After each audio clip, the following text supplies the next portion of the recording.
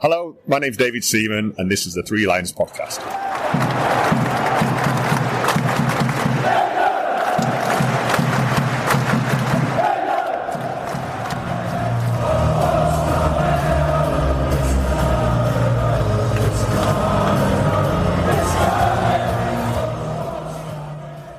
Hello and welcome to the Three Lions Podcast. My name is Russell Osborne and this is an independent England football supporters podcast. How are you? I hope you're well. Now, this is the second episode in a few days. I don't often release them like this, but as you may have seen and heard, the summer transfer window shuts at the end of August. So I was joined by Gary Lambert from Channel England Football on YouTube to discuss those moves and also pay tribute to Sven-Göran Eriksson following his sad passing on the 26th of August. Now, that episode is still available at your podcast provider of choice or threelionspodcast.com. But before we get onto this episode, just wanted to say you can, of course, follow the show on social media, Twitter, Facebook, Instagram. It's also on YouTube if you want to tune in there. And on the very odd occasion, I'll put a video on there. I don't know, maybe I should do a few more of those. Not a vlog as such, maybe a compilation of videos, photos from games. I don't know. We'll see. You can also email me as well. Always great to hear from you. threelionspodcast@gmail.com. And also, you're welcome to support the podcast in its monthly hosting. Just head to ko-fi.com/3lionspodcast, ko-fi.com/3lionspodcast. Any contributions are gratefully received. Right, this episode. It's the Nations League. It returns. This is a competition that began in 2018 and it comes around every couple of years. This will be its fourth season. Now, we've had a patchy history in it. In its first season, we actually made the finals in Portugal. We lost to the Netherlands in the semi-finals and then we beat the Swiss in the third place match on penalties. Portugal would go on to win that inaugural trophy, beating the Dutch in the final. The second season saw us finish in third place in League A2. We avoided relegation but didn't progress any further. It was a group that contained Belgium, Denmark and Iceland. France would eventually go on to win the trophy there, beating Spain in the final in Milan. Then the third season, 2022, was nothing more than a disaster. Drawn with Italy, Hungary and Germany, we finished bottom and were relegated to League B for the very first time. We drew 3 and lost 3 of the 6 games played. The lowest point being that 4-0 home defeat to Hungary at Wolves. Now, that year, Spain beat Croatia on penalties in the final in Rotterdam. So here we are. We find ourselves in League B, drawn alongside Finland, the Republic of Ireland and Greece. Not really where you'd expect twice Euro finalists to be, but that's football, isn't it? It is what it is. Main objective will be to qualify top of this and get back to the top table of European football within UEFA, which in turn will help with seeding for future tournaments. That's how this Nations League kind of works as well. So these games coming up are Ireland away in Dublin, Saturday the 7th of September, and I'll be joined by Joe McCarthy from the Twitter account @IrishAbroad. And then we welcome Finland to Wembley on Tuesday the 10th. And to talk about that, I'll be joined by Mark from the Finnish Football Show @Finnish FTBL Show on Twitter is their handle. Now, before we get to that, we need to cover the latest England squad. It is the first to be named by interim manager Lee Carsley, who replaced Gareth Southgate following his stepping down as manager following that Euro final defeat to Spain. Obviously, the season has only just started and you hear the usual noise from people who don't like their Premier League being interrupted so soon. These are FIFA's dates. It's nothing to do with the Premier League. FIFA set the dates. But already, Mr. Carsley has been seen at Chelsea against Manchester City, Aston Villa against Arsenal, has been running his eye over his various options.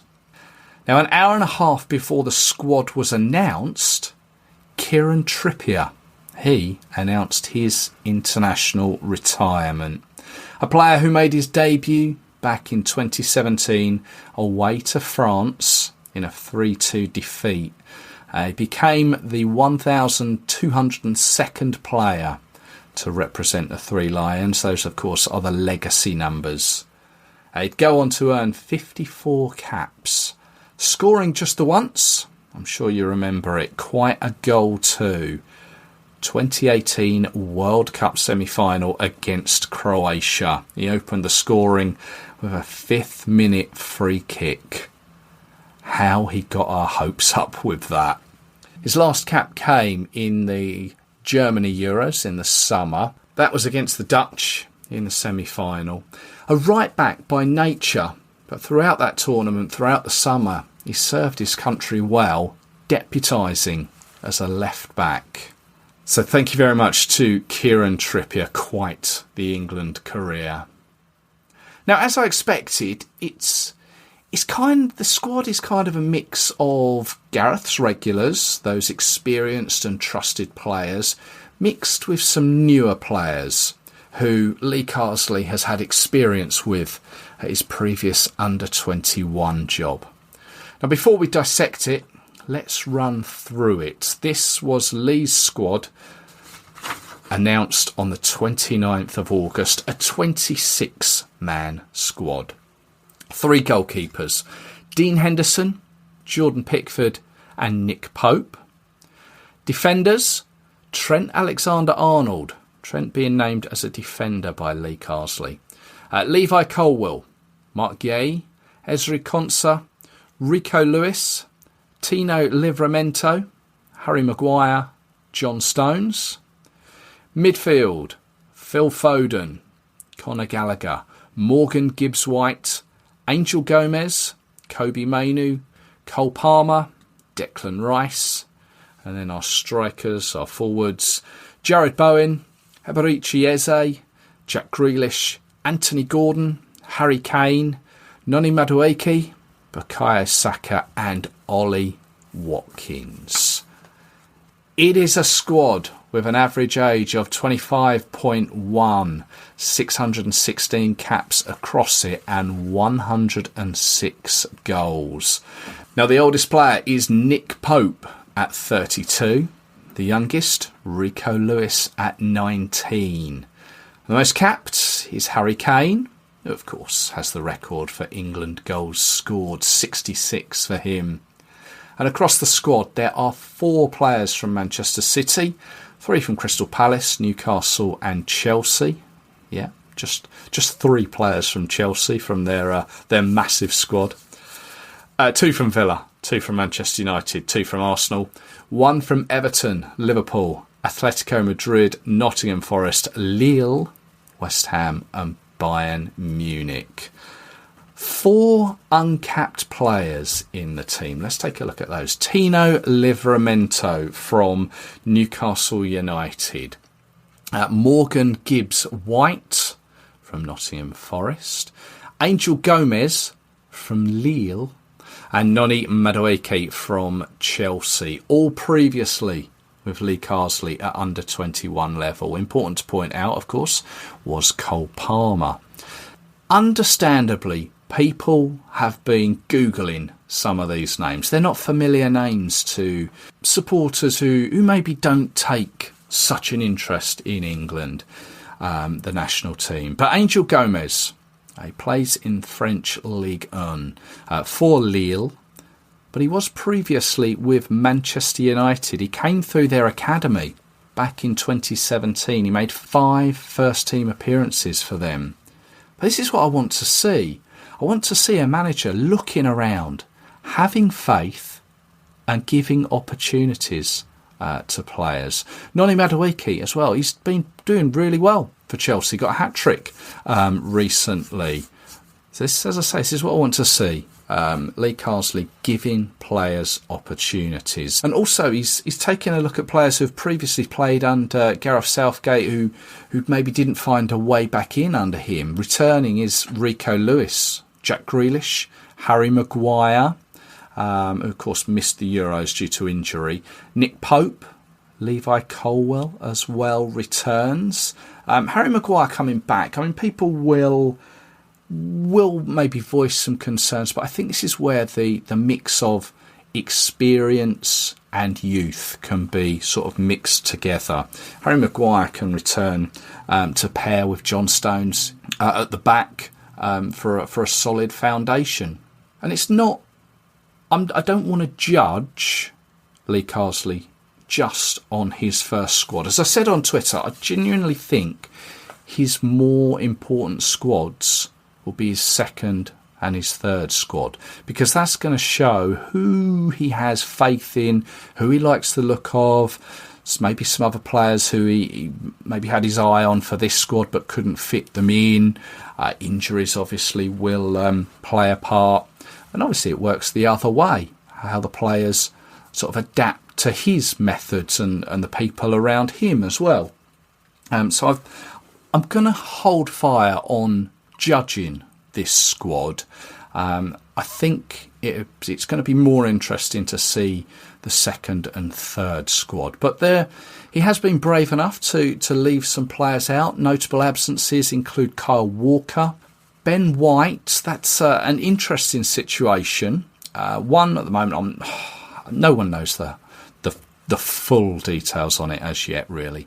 James Maddison, Marcus Rashford, Aaron Ramsdale, Luke Shaw, Adam Wharton, Lewis Dunk, Ivan Toney, and of course Jude Bellingham, who had previously made himself unavailable because of, I think he's got a muscle injury in his leg. But there's nothing to say that those players can't come through in his second and third squad, is the way I kind of look at it. He's got plenty of time to look around, use different players, integrate different players into the squad and find his best 11, find those players that he's happy with in a 26-man squad. But let's just have a quick listen to some of the things he said during his first press conference. Yeah, I think it's a real proud moment, obviously, for my family and myself. I think it's been a really hectic couple of weeks. Trying to get my head around the magnitude of the job, the getting around to as many games as I can, try and see as many players as I can. I've been lucky or unlucky in the past that I've done this before in terms of taking over from a short-term point of view. Obviously at club level, generally you go into a club where things aren't going very well, but obviously this is the opposite. I think it's fair to say the job that Gareth and Steve did, and the position that I'm picking the current squad up are in a totally different position than what they inherited. I think the expectation now around the squad and the players is really exciting. So I understand that I'm in a really privileged position, one that I'm really looking forward to. I'm excited about it. Looking forward to meeting up with the players. Getting to the squad out today was an important bit. It was important that, like I spoke about before, putting my own stamp on the squad a little bit, but recognising how well they've done in the past. we've been so close a couple of times, and recognising that. So, but I thought it was important that we put some fresh faces in and put our own little mark on the squad. Lee Carsley there. Now, in recent years, when games have approached, there would have been a few players that withdrew from the squad following their most recent club game, usually with little niggles here and there. Although, to be fair to Gareth's later years, I don't think it happened so much. Everyone wanted to be part of that squad, and they knew the potential within it. They knew if they withdrew, then their position, their place, was in severe jeopardy. Now, with a new manager at the helm, you'd have thought, once again, all will want to impress. As in any situation, first impressions count. And as the squad began to meet up at St George's Park this week, Phil Foden was the first to supposedly withdraw. This was mentioned earlier in the week by his Manchester City manager, Pep Guardiola. By all accounts, he was ill, and he's only played an hour this season, and that was in City's opener at Chelsea. However, he wasn't the only one. Also missing was Villa's Ollie Watkins and Chelsea's Cole Palmer, both who returned to their respective clubs to, and I quote, to continue their rehabilitation from ongoing issues. Does seem a little strange to me. Considering Palmer, he played the full game against Crystal Palace at the weekend, and Ollie Watkins played an hour in Villa's away win against Leicester. Both of these surprised me, that they've both withdrawn from a first squad. I doubt it will go against them. They're both clearly quality players. But Lee Carsley, must be fairly frustrated. But at the time of recording, he hasn't drafted anyone in to replace them.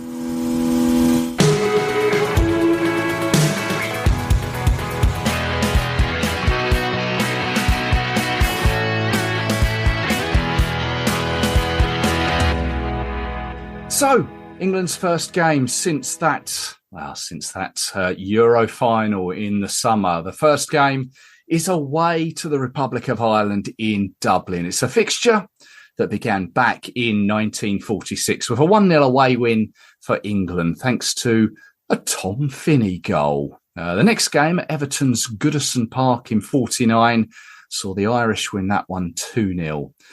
Over the years, the sides would meet regularly in World Cup or Euro qualifiers, but it wasn't until 1988 when they met in a finals against each other.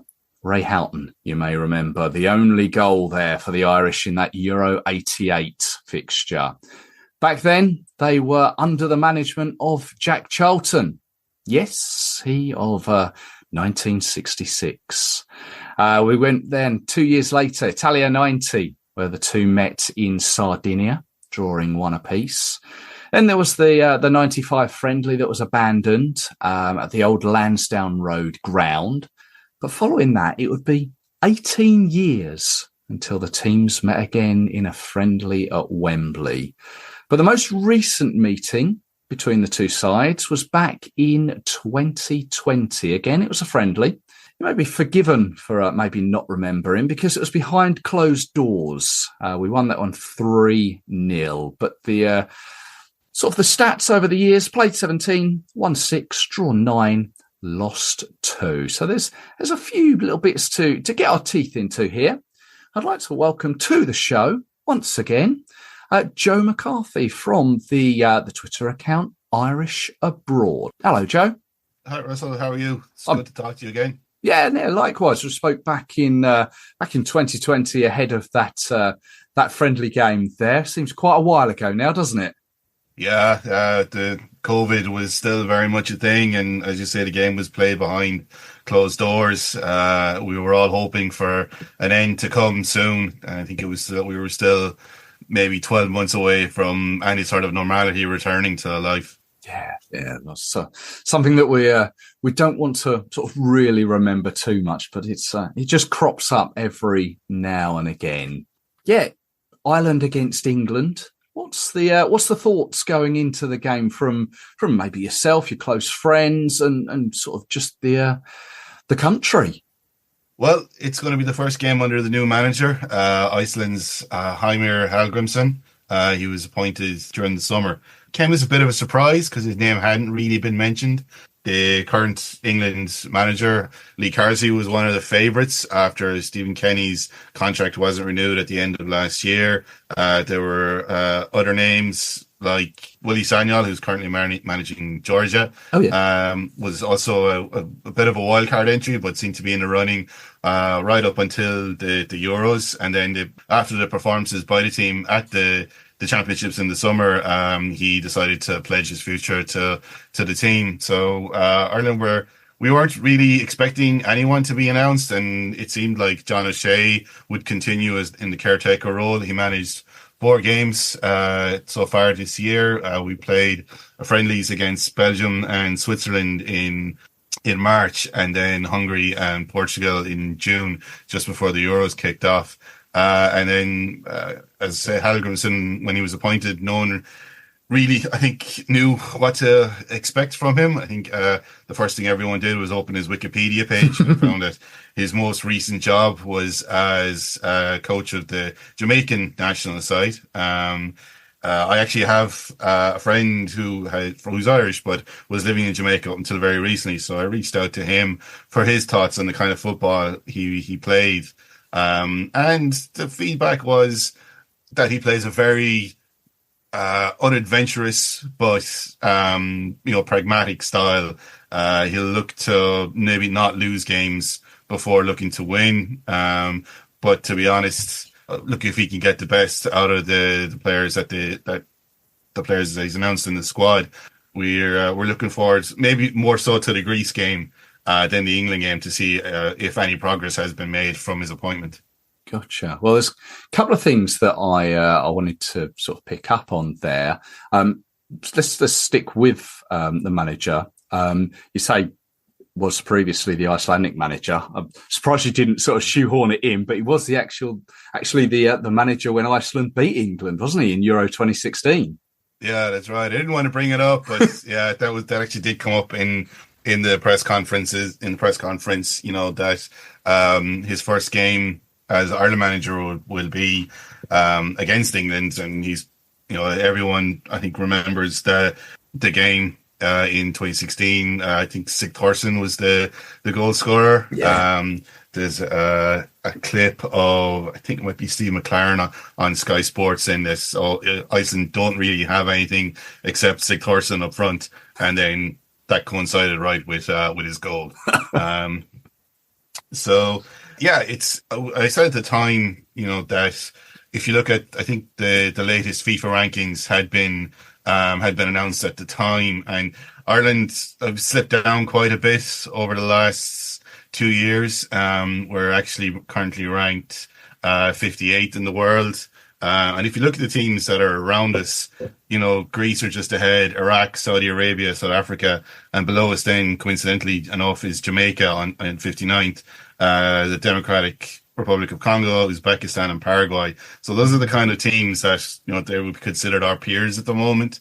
I did say that if any of those had appointed Hallgrimsson, or even if you just look within the UEFA, the teams around us would be Slovenia, Greece, Finland, and Albania. If any of those had appointed Hallgrimsson, I think we would looked at it and said that's the kind of manager that the FAI wouldn't approach and wouldn't appoint. Oh, so, to have him involved, he's coming in as a bit of an outsider to the game here. The last time we did something like that was when we appointed Giovanni Trapattoni. Yes. And he, what Hallgrimsson has achieved in the game obviously doesn't compare to what Trapattoni did. But if you look at it from that perspective, as someone coming in with a fresh pair of eyes on the game here, doesn't have any preconceived notions about how the team should play, and will possibly not play the most attractive football in the world, but Trapattoni did get us to 2 years after his appointment. We're in a playoff against France for the South African World Cup. Probably remembered best for Thierry Henry's handball in Paris. And 2 years after that, we qualified for the Euros in Poland and Ukraine. Now, we stunk out the place with 3 losses in 3 games against, pretty good opposition in Italy, Spain, and Croatia. But the fact, I think what was yeah, people focus, I think, more on the qualification than the performance when they remember Trapattoni's time in charge. And I think if Hallgrimsson can come in, if he can make us a bit more organised, if we can stop conceding goals from distance, and maybe if we can score a little bit more often, we will call the appointment a success. Yeah, I mean, I think you mentioned in some of those other nations, like was it Congo and Uzbekistan and all that you're kind of surrounded by at the moment, you kind of think actually you've slipped a little further than you really should have. If you think back, I don't know, to maybe 10, 15 years ago, you kind of think that Ireland should be a little higher up than that. So maybe this could be a kickstart that you need. But the other thing I wanted to sort of bring up, as you mentioned there, that apparently Lee Carsley, you say, was sort of being spoken about as being a potential manager. Did that get very far, or was that just sort of paper talk? He actually brought it up in an interview this weekend, and he said that there was some initial contact between him and the association, but it didn't really go much further than a brief chat over a coffee, I think was the phrase he used. And it never went any further than that. I think he had a lot of support among Ireland fans because of his work with the England under-21 team and the success that he's had, winning the European Championships, playing some really good football and bringing through some really talented players. And it was felt that because the age of the squad has come down a little bit under the previous manager, that he might be a better fit for the current makeup of the team. Yeah, I mean, he got 40 caps over 11 years for the Irish. So he's obviously, as you say, well respected. And now he's manager of England, temporary, interim, whatever you want to call it, manager of England. How has that sort of gone down? I think there's people are kind of proud of it a little bit. Right. It's England historically don't appoint managers who aren't English. Obviously Sven, and may rest in peace, Capello, I think, are the only two. That's right. And now, whatever you want to argue about, he was born in Birmingham, but his Irish heritage and obviously represented the Republic. Having someone like that who represented the country in arguably the highest football managerial position in England is a source of pride, and I don't anticipate any kind of negative reaction to him when he walks out on the pitch in the Aviva Stadium next week. That's nice positive thought on it. I mean, do I dare say the same would be the same for someone like Declan Rice and Jack Grealish? Because it's kind of strange seeing players change international teams. We're fully used to it at domestic level, aren't we? But it's always a little bit strange when it's international. Yeah, and for me, the real problem is the rules, because the eligibility rules seem to change almost on a daily basis, and players can go from being tied to a single country to being available to having being able to represent two or more countries. Yeah. I think Jack Grealish was probably it's very rare for players that come through the Irish youth system to change international allegiance. There had been a few before Grealish. If you remember, Steve Bruce's son, Alex Bruce, actually turned out for the Republic. I think he had 2 or 3 caps and then decided to change his allegiance to Northern Ireland. And I think only ever had 2 or 3 caps for them. Right. So there have been other instances of players changing their allegiance. I think it was the big disappointment with Grealish was that he has the anticipation of what he could have done for the senior international side. We'd seen him come through the under 17, under 19, and under 21 levels. Yeah. He was actually, I think, the reigning under 21 player of the year when he decided to represent England instead. He was captain of Aston Villa and obviously now a £100 million player for Manchester City. So when he did change, the reaction was not good. There was a lot of gnashing of teeth and, once anybody think of the children. But I think over the years, the the feelings towards him have mellowed a little bit, and we do see a lot of the work that he does outside the game. He's known for his the works he does with charities for with disabilities. I think his sister has Down syndrome. I believe that's right. Yeah. Yeah. So we do see, and he seems to be a good character. So that I think has mellowed the reaction to him a little bit. Declan Rice is different. He would be the first player to change allegiance after having senior international caps. He had 3 caps under Martin O'Neill, I think against Turkey, France, and the United States. When he decided to change allegiance over the summer, it was the summer of 2018 during the World Cup. There's a couple of different stories about what really happened. There's one where he was on holidays with his mates, watching the World Cup in a bar and thinking, and his mates all telling him, "Oh, you should be playing for England." And then he looked into it. There's another where the manager, Southgate, realised after the tournament that they needed someone to sit in central midfield, found out that Rice was still eligible because he'd only played in friendlies for the Republic, and approached him.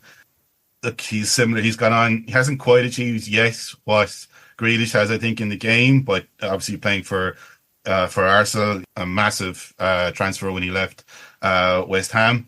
Yeah, I think that because he had caps for the senior team when he decided to change allegiance, I don't think he's going to get the same reaction as Carsley and Grealish will do.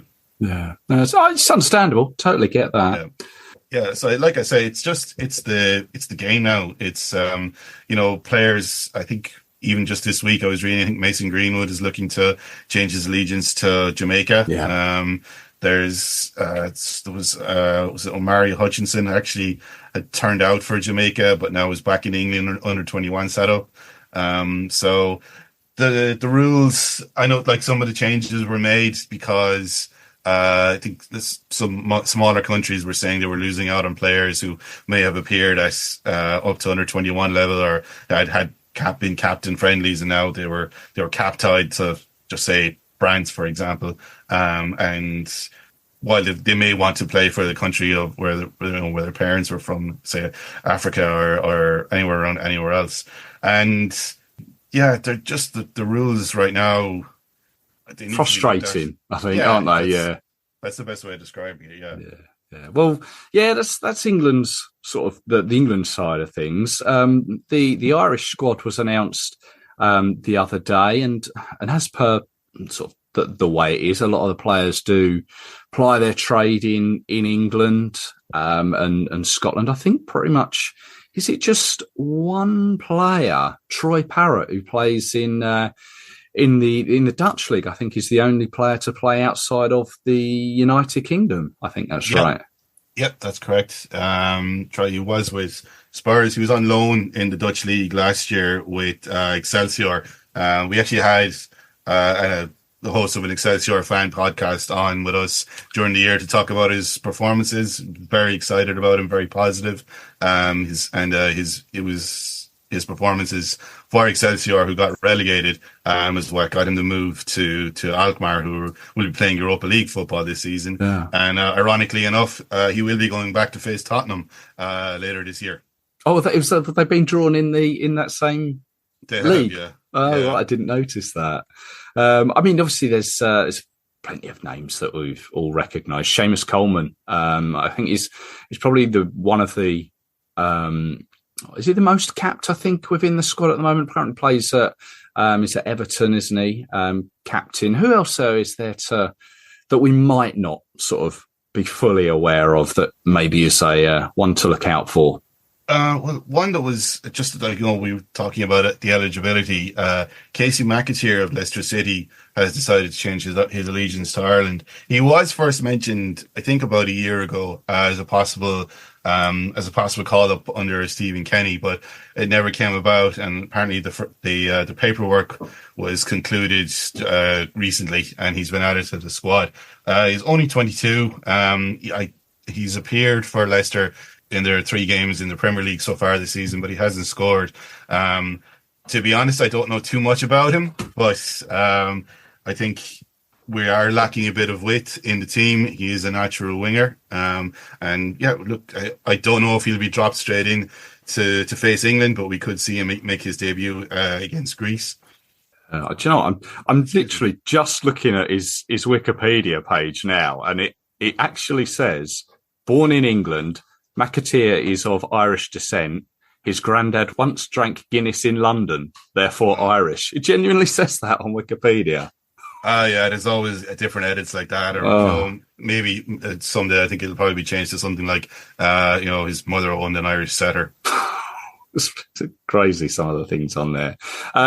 Ivan Ferguson, youngster, isn't he, who plays for Brighton?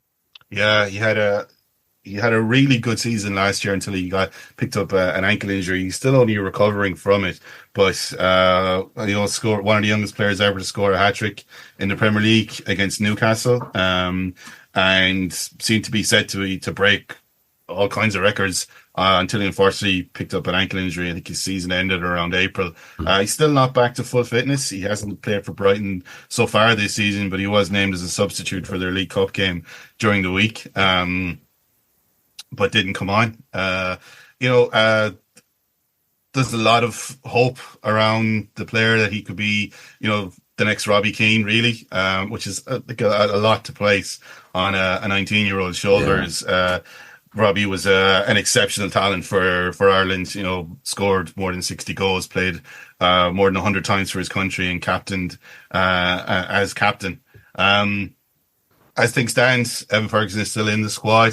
He didn't play for Brighton yesterday. He wasn't named in their squad either. So whether or not he's actually match fit, we'll have to wait and see. But if you look, the average age of the team is 26, which is sounds a little bit older, but Seamus Coleman, who you mentioned, is the oldest in the squad. Not just has the most caps. He's 35, which is probably skewing that a little bit higher. The defence, I think, is quite young. Darrell O'Shea, who's just moved to Ipswich, is 25. Played in Premier League last year with Burnley. Unfortunately, was relegated. Nathan Collins, who's been really good in centre defence for Brentford, is 23. And Jake O'Brien, who sealed a move to Everton in the summer, is also 23. O'Brien's an interesting case, I think, actually. He was on the books at Crystal Palace and then got loaned out to their sister club in Belgium. And somehow from there managed to get a move to the French giants Olympique Lyon. Didn't start the season for them last year as part of the team, but got in because of injuries and kept his place all through the year as they're recovered from a horrific start to the season where they were almost certainties for relegation to eventually finish, I think, 7th. But actually got to the French Cup final against PSG where he scored. But I think they lost 2-1.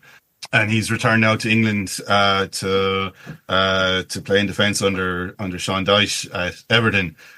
He hasn't played in the Premier League for them yet so far this season, but he did play in their League Cup game. He actually got an assist, but it was one of those assists where it's more like he was the last player to touch the ball before the goal scorer, rather than he actually created a goal. Yeah, I know those ones. Yeah. Okay, so there's a few players to look out for there. Just moving away from the pitch for a moment, it'll be my second trip to Dublin and to Ireland. The last time being a game I try and put out of my mind. It was a 0-0 on a Sunday back in it must almost be about 9 or 10 years ago. Might have been 2015 off the top of my head. So I'm trying to. Yeah, frankly, I was at that game myself. Actually, still recovering. I don't remember much about it either, other than the scoreline. It was an early kickoff, and I think the police here, the guards, were trying to get the time moved to a little bit earlier for this game. I think the compromise was it's 5:30. I think it's kicking off on Saturday. So. Yeah. It was a very early kickoff for that game in 2015. It might have even been like before 12 o'clock, maybe something like that. Jack Charlton was introduced to the team to the stadium before it and got a standing ovation. I think it might have been one of his. It was his last time, I think, in front of the fans. Obviously, he was suffering from the early stages of dementia, and again, may you rest in peace. Yeah. Well, just in the short time that we've got left, maybe you could just give us a quick guide around Dublin. I know that's where you're speaking to us from now. Just maybe a few tips for England fans to maybe go just off the beaten tracks. I know it can be an expensive place at the best of times. Yeah, it's expensive when you're living here. It's the same.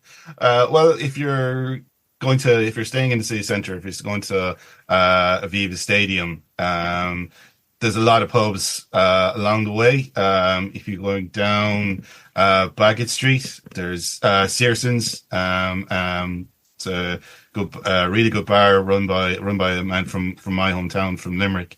If you're staying central, we've seen a few kind of craft beer kind of places open up. And one nice one right near Trinity College is Tapped Late Bar at the bottom of Grafton Street, right outside Trinity College. Do some really nice food in there as well. A massive selection of craft beers, as I say.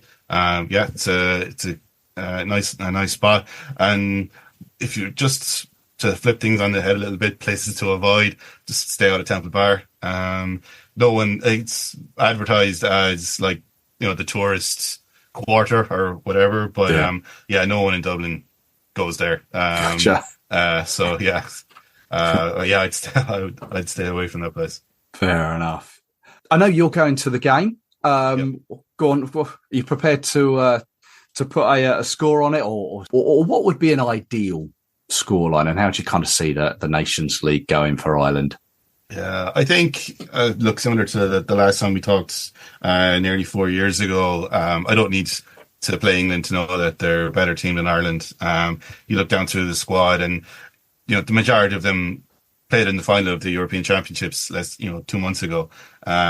So I'd say it's going to be an England win. I would like to see a goal. If there's the home fans something to celebrate for the manager's first game. If I had to go with a scoreline, I'd say 3-1. But I think for most people, it's a case of, show some improvements in the team and the tactics. As I say, get a goal and just don't play it off the park. The real, I think, acid test for Hallgrimsson will come against Greece, because we played Greece twice last year. We lost both games home and away. We lost 2-1 in Athens in July, and then almost an exact repeat performance. We lost 2-0 at home in October. And to be honest, it was those two games that cost Kenny his job. I think especially the second game, because there was no improvement. It was a worse result. We did manage to score in Athens. We didn't manage to score against them at home. And Greece just had the measure of us the whole way through. And okay, maybe it's arrogance, but looking through the Greek team, we were kind of going man for man. They're not, 4-1 better than us over two legs.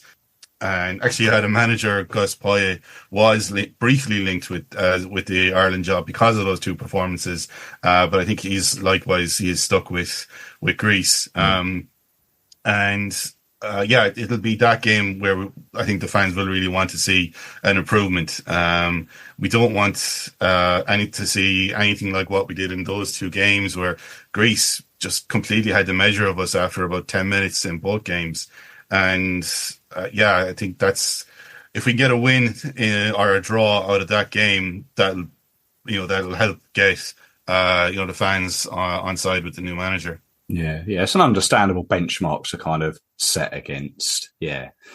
Just before we go, I know we can find you on Twitter or X, whatever you want to call it, at Irish_abroad. It's a podcast as well. Yeah, you can find us on Spotify. Just we call it the Ireland Fans Podcast, and we're also on iTunes, Google Podcasts, which I think is shutting down soon, and on Acast.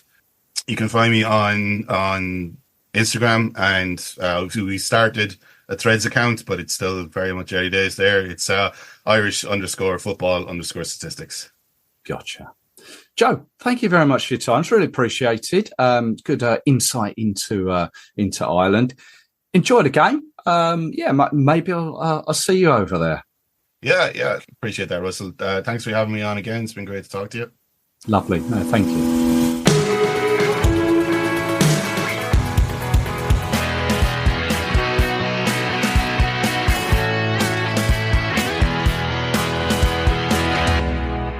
So Finland, Tuesday the 10th of September, Wembley the venue. It will be the 12th meeting between the two sides. And the history books show there's been 11 games. England have won 9. There have been 2 draws and no losses for England. Now, the first meeting between these two sides was back in 1937 away in Helsinki. Quite the result, as England won 8-0.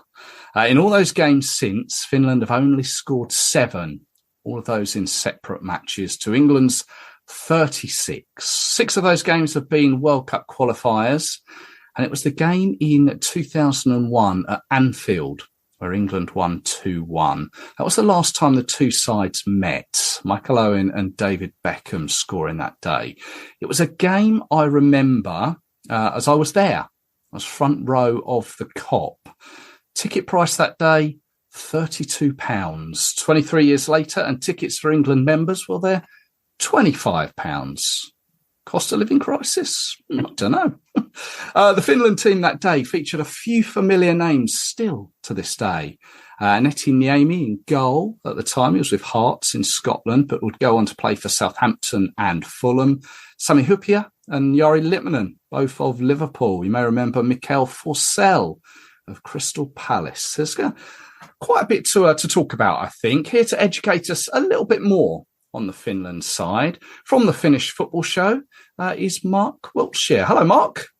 Yeah, hi, Russell. Thanks for having me on. No, thank you very much for joining us. Where are we speaking to you from, Finland? Yeah, you are. Your listeners can probably hear from my accent. I'm from London originally. I moved to Finland 16 years ago, and that's where I am right now. And I'm feeling that my throat's a bit croaky. That's because my local team over here, SJK Seinäjoki, has had 2 games in the last week, and I'm normally on the terrace shouting my head off like I should know better at my age, but we still got to let it all out. We're all there. Actually, it's interesting because I was wondering what the Finnish season, when it ran from. I can only assume it's similar to sort of the Premier League, as it were, sort of August to May time. I don't know. No, it's the complete opposite actually, because it's so cold and frozen over here in the winter. Like I'm where I am, especially. I'm 4 hours north of Helsinki, so it's high up level with sort of the middle of Norway, and sort of British listeners will sort of realise how high that is up compared to the UK. So the season here runs. They have an indoor League Cup competition in February, March, which is surreal and bizarre. And I still haven't got my head around being inside these indoor arenas and these big bubble domes, playing games inside, and they're competitive games shown on TV. It's quite strange to watch. And then the Veikkausliiga, the Finnish Premier League season, starts in April and runs through till end of October. And the season, there's only 12 teams, so they play each other twice, and that's just about to finish now at the end of August. And then the table splits a little bit like in Scotland.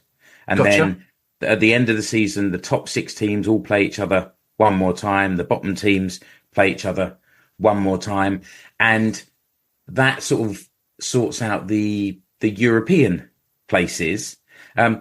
But the team that finishes 7th gets a playoff against the team that finishes 4th, generally. Right. And there's a European place there for the team that finishes 7th if they can win that playoff place. So it keeps the whole league going pretty much right to the end. Yeah. So the team that you follow, just remind us of that name again? SJK Seinäjoki. I'm in the town of Seinäjoki, so it's our local team. And so are they in that top flight? How are they doing? Yeah, they are. They've been there now for about 9 seasons, and this year we're doing well. Actually, we've got a quite a British kind of vein running through the club. The technical director is a guy called Richie Dorman, who is, well, Welsh England borders, I think he comes from originally. Right. He was here as a player and then became the technical director. The head coach, Stevie Grieve, is Scottish, and he's doing incredible things. I think a name to keep an eye on in future years. And another guy, Ash Civil, who's coaching the academy teams. And there's probably others that I've forgotten, and I apologise. But they're three kind of British names that are at SJK. And we're currently sitting fourth in the Bakehouse Liga with a very, very young but quite exciting team. So it's a good season this year. Good stuff. Well, we could talk Finnish football for a little while, but I imagine there's another podcast that talks all about that, which we'll come on to. We do that quite regularly, yeah. We'll chat about that towards the end. But we're here to talk about Finland against England. What's the thoughts on the street about this meeting, having been so long? Well, the team that runs the Finnish football show, there's 5 kind of core members plus a few others that come in from time to time, and the 5 core members are all English, so we're obviously excited about it. A couple of us will be there in the stadium in Wembley, and I think a couple of others will probably be in the stadium in Helsinki for the later game as well. So we're kind of excited. But having listened to your introduction, I have to say I'm getting quite nervous now. Yeah, but there's a buzz, like in across the Nordics and around the world. There's a big kind of affiliation with English football, British football, and then when these games against the big teams come up, the game sold out, ages ago. The home game, in Helsinki, and they were selling season tickets, they called it. So you could buy a ticket for all 3 games all at once. Okay. And they sold out really quickly. My first home game for Finland was against France 3 or 4 years ago. And, you get the same sort of, there was a big buzz in the ground that day, seeing these big players in Helsinki. And I think for the game over there, it will be similar. At Wembley, well, honestly, I think against the big teams, Finland have to try and keep it solid, tight, and hope to nick something on the counter attack. But I can't say I'm going there full of confidence. Gotcha. Now, the squad was announced the other day. I think it was the day before England announced their squad. I looked through it and I popped it out on Twitter, said, is there a few names that anyone recognises? A listener, Alfie Wilson, mentioned, now you're going to have to help me with my pronunciation. Yeah, go on. I wondered, I must have got Antti Niemi right and Sami Hupia, Jari Liminen. They sounded good to me. But is it Ilmari Niskan? Ilmari Niskanen, yeah. He's been playing in the UK for a few years now. Exeter. He is now at Exeter. He came over and played at Dundee United first. Right. Then moved down to Exeter, and I think he's into his 2nd season there at the moment. Actually, one of my co-hosts, Keith, he interviewed Ilmari just this summer, and he's a good guy. Plays as a wing back, and when he's able to get down the wing, can be dangerous. Has some pace. I don't know how much of that you'll get to see in the Wembley game. Yeah. If I'm honest, I think for this squad that Finland's announced, there's obviously 2 games coming up. We play Greece on the Saturday and then England on the Wednesday, and I think Finland will be more on the front foot probably in the Greece game. Yeah, weather permitting, because it's going to be a bit warm out there. Right. Yeah. I can imagine. Greece is away then. Yes, Greece is away, and then followed by a second away game in Wembley. Gotcha. Okay. I mean, the other obvious name that sort of sprung out to me, Teemu Pukki. Yeah, Teemu Pukki. So in Finnish, okay. when you've got a double letter, you kind of you elongate the sound to get that double letter sound. So Teemu Okay. Well, I wonder how you'd say Russell then, with two S's, two L's. Probably like Russell, and try and drag out the L at the end. I mean, obviously, Norwich fans will be aware of him.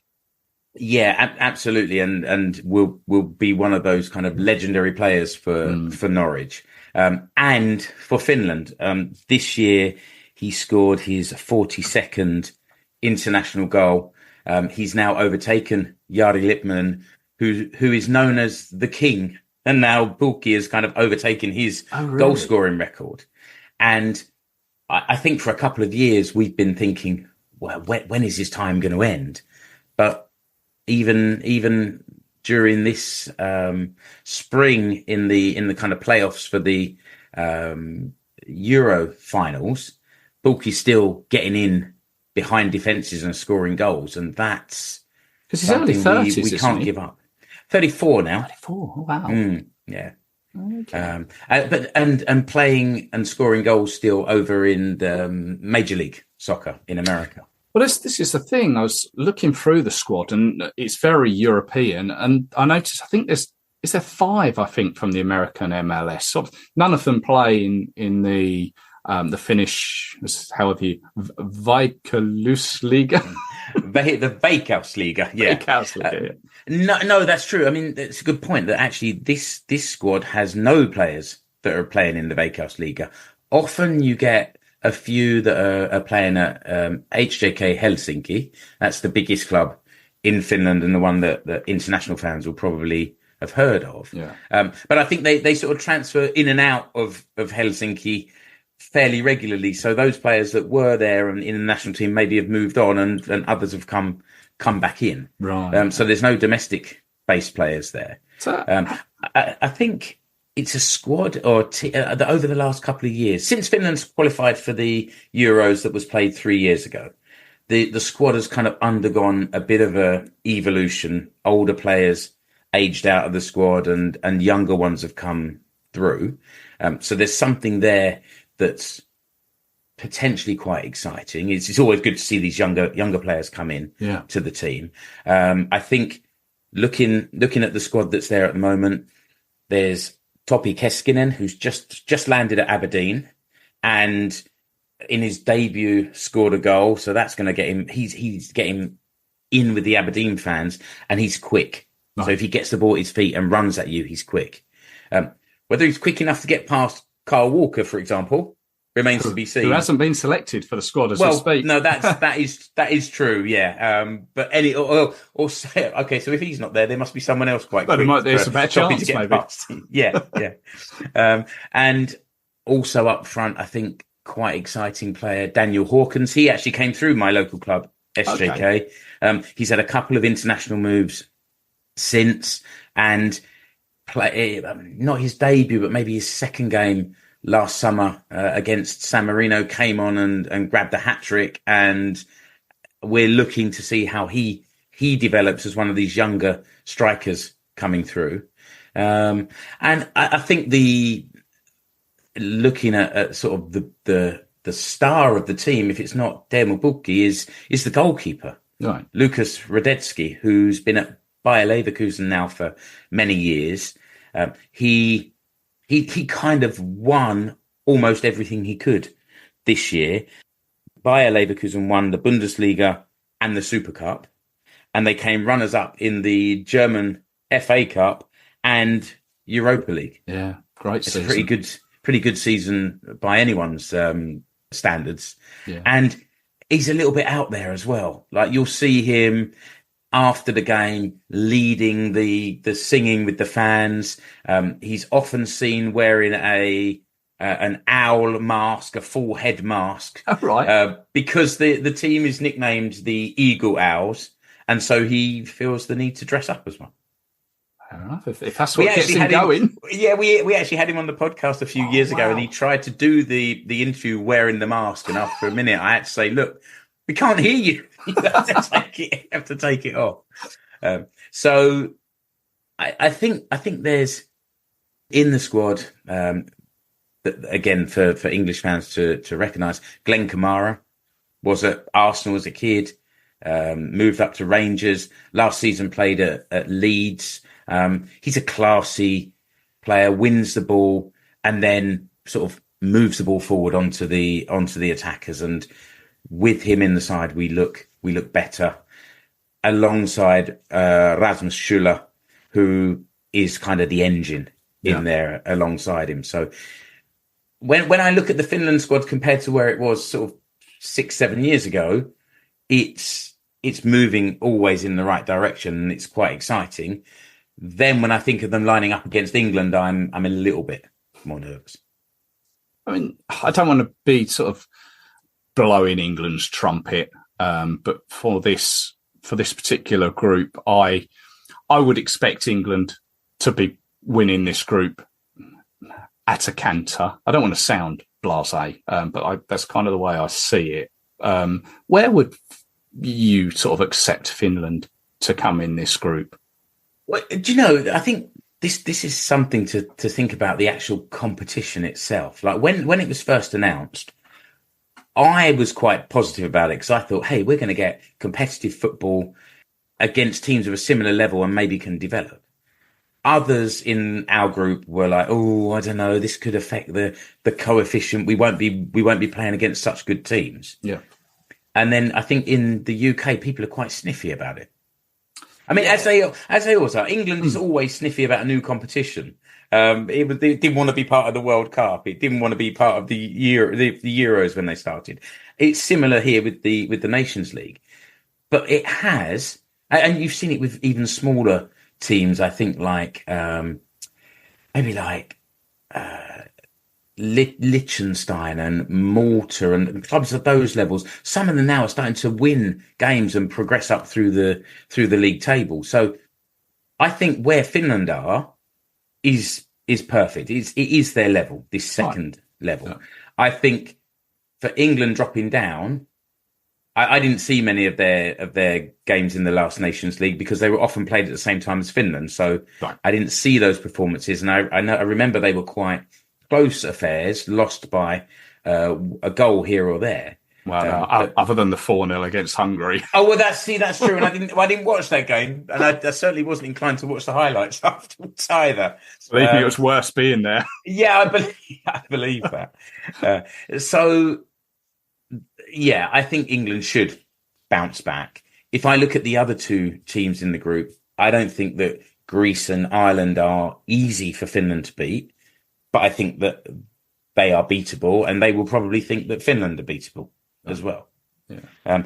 For example, in the last Nations League, we were in a group with Bosnia, Montenegro, and Romania, and it was at one stage, I think all the teams it was something like all of them were on 6 points.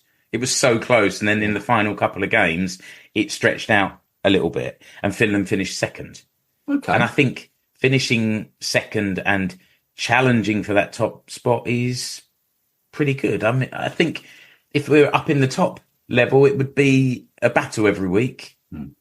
Maybe the team would develop, or maybe it would struggle. I don't know.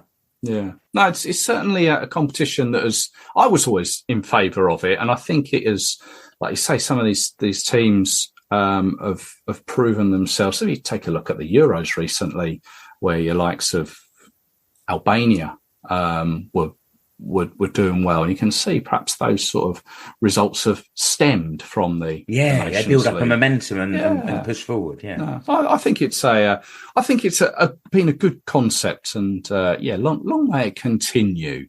I did hear someone on a podcast the other day say, "Oh, now all we have are competitive games, and there's no friendlies for the managers to try something new." And I just thought, yeah, I remember those days of Sven making like 8 or 9 substitutions when that was a rare thing, and the game died. Yeah. So I'd rather have competitive football personally. Yeah, no, I think we all would. Now, this game at Wembley, are you on the way?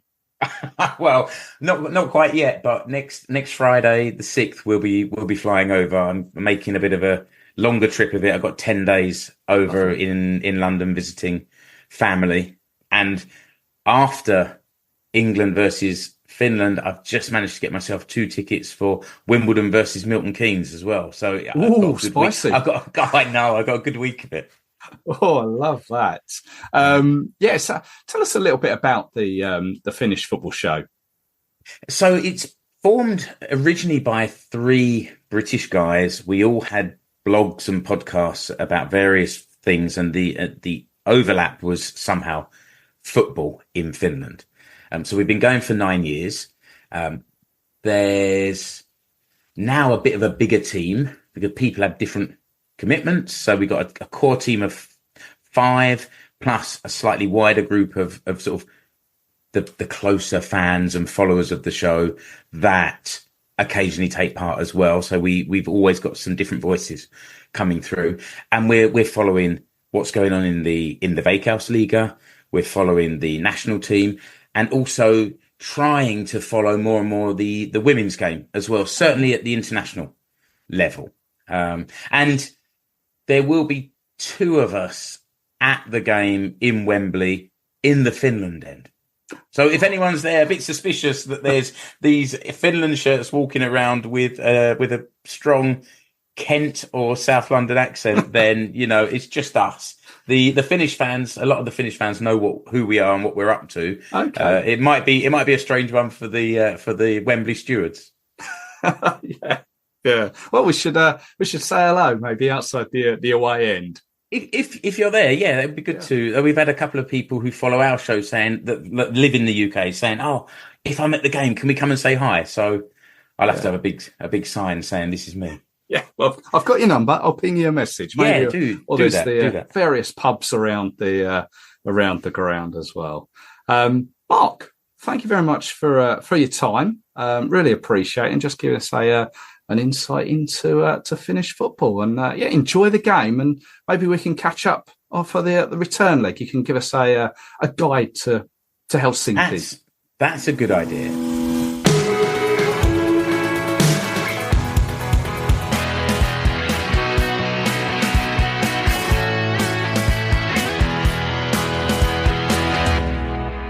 My many thanks to Mark Wilshire there, and also to Joe McCarthy, who gave us the lowdown on Ireland before that.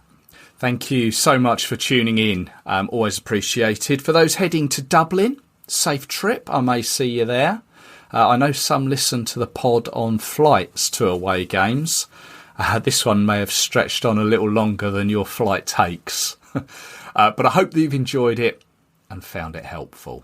I will be back with you very soon, probably taking a look back on both of these games.